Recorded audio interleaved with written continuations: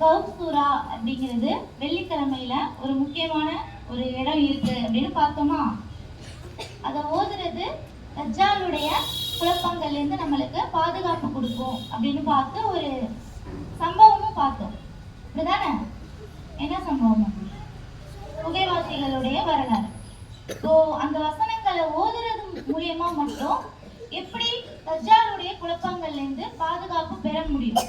அது எப்படி சாத்தியமாகும்? ஒரு 10 வசனங்களை ஓதிட்டு தஜ்ஜாலுடைய குழப்பங்கள்ல இருந்து, தஜ்ஜாலுடைய காலம் நெருங்கும் பொழுது ஏற்படுற ஃபித்னாவில இருந்து எப்படி நம்மளை பாதுகாத்துக்க முடியும்? எப்படி முடியும்? அதை எப்படி விளங்குறது?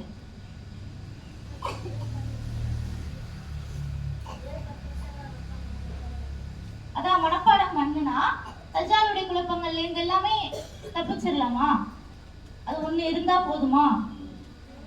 அதுல என்ன சொல்லப்பட்டிருக்கோ அந்த கருத்தை விளக்கி அதை லைஃப்ல அப்ளை பண்ணும்போது தான் அது நடக்கும். வெறும் மனனம் மட்டும் பண்ணி வச்சிருந்தா அது நடக்காது, தப்பிக்க முடியாது. அந்த வசனங்கள்ல என்ன இருக்கு, அல்லாஹ் என்ன சொல்ல வரான் அப்படிங்கிறத விளக்கி நம்ம லைஃப்ல செயல்படுத்தணும். அப்படி பார்க்கும்போது சூரத்துல் கஹ்ஃப் ஃபுல்லாவே அல்லாஹ் 4 விஷயங்களை மையப்படுத்தி பேசுறான். 4 முக்கியமான விஷயங்கள் இருக்கு. ஃபர்ஸ்ட் நம்ம என்ன பார்த்தோம் அப்படின்னா, மார்க்கத்திற்கான சோதனை ஏற்படும் பொழுது மார்க்கத்தை விடுங்க, இல்லைன்னா உங்களை நம்ம கொன்னுடுவோம் அப்படின்னு சொல்லி இஸ்ரவேலர்கள் கூட்டம் அவங்கள கொல்ல வராங்க. யார?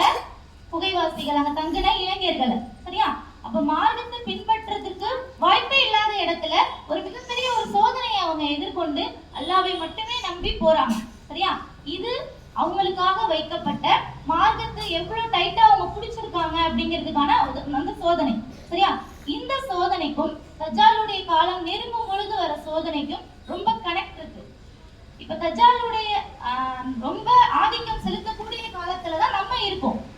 இன்னும் தஜ்ஜால் விசிபிளா வரல, நான் தான் அப்படின்னு சொல்லி தஜ்ஜால் இன்னும் வெளிப்படையா வரல. ஆனா அவனுடைய ஆட்கள் முதற்கொண்டு எல்லாமே அவன் வர்றதுக்கான சூழலை கிரியேட் பண்ணி வச்சுட்டாங்க. சரியா? இன்னும் கிரியேட் பண்ணிக்கிட்டே இருக்காங்க.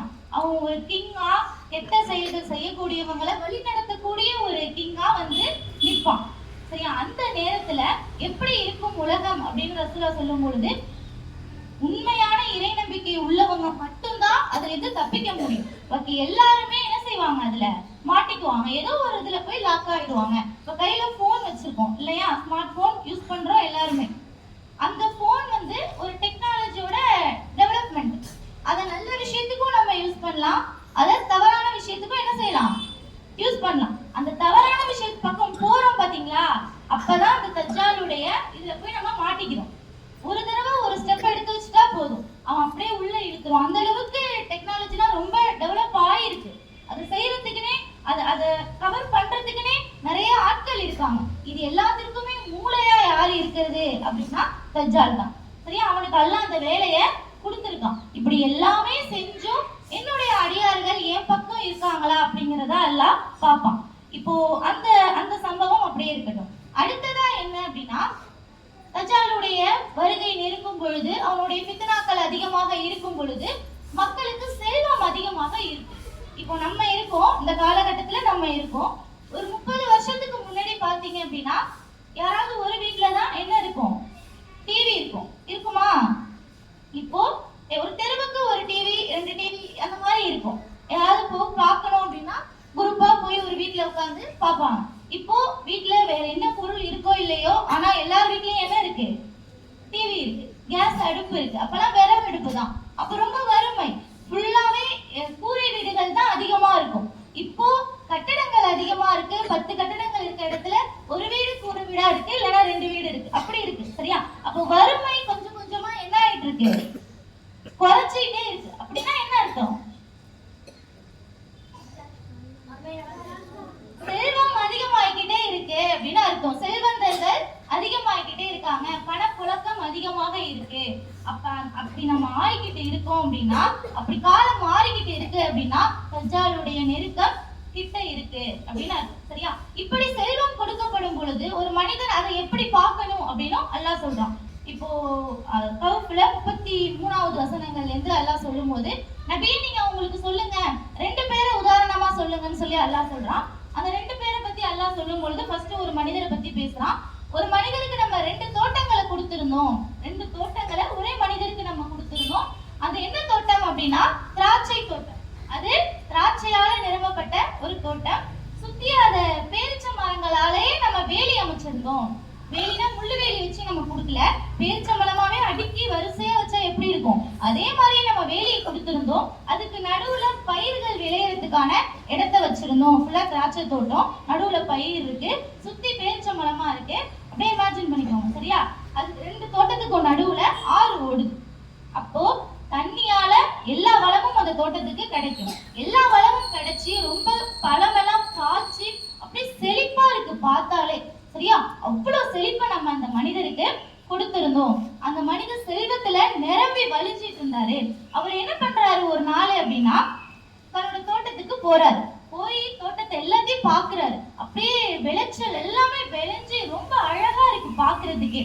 அவர் அதை செஞ்சு செலவு பண்ண எல்லாத்துக்கான பலனை மொத்தமா ஒரு மனிதர் பார்க்கும்போது அப்படியே வியந்து நிற்பாங்கல்ல, அப்படியே ஆச்சரியமா பார்த்துட்டு நிற்பாங்கல்ல, அந்த மாதிரி அந்த மனிதர் எல்லாத்தையும் பார்த்துட்டு நிக்கிறார். நின்னவரு அதுல மெய் மறந்தவர் என்ன பேசுறாரு அப்படின்னா, இது எல்லாமே என்னை விட்டு போயிடும் நான் நினைக்கவே இல்லை, இது எல்லாமே அழியும் நான் நினைக்கவே இல்லை, இது அழியாது அப்படிங்கறத அங்க சொல்ற. புரியுதா? இது என்னை விட்டு போவாது, இது என்னைக்குமே என் கூட இருக்கும். அதே மாதிரி மறுமைன்னு ஒரு வரும்னு நான் நினைக்கல, மறுமை அப்படிங்கிறது ஒண்ணு வரும், உலகம் அழியும் அப்படின்னு நான் அவர் என்ன காட்டுல இருக்காருன்னு புரியுதா? உலகம் அழிஞ்சாதான் அந்த தோட்டம் அழியும், உலகமும் அழியாது, எதுவுமே மாறாது, இது எல்லாமே என்கிட்ட இருக்கும் அப்படின்னு அவரு நினைச்சு பேசுறாரு. சரியா? ஒரு செல்வம் ஒரு மனிதரை தன்னிலை மறந்து எப்படி எல்லாம் பேச வைக்குது அல்லாவே சொல்றான் இது எல்லாத்தையுமே. சரியா?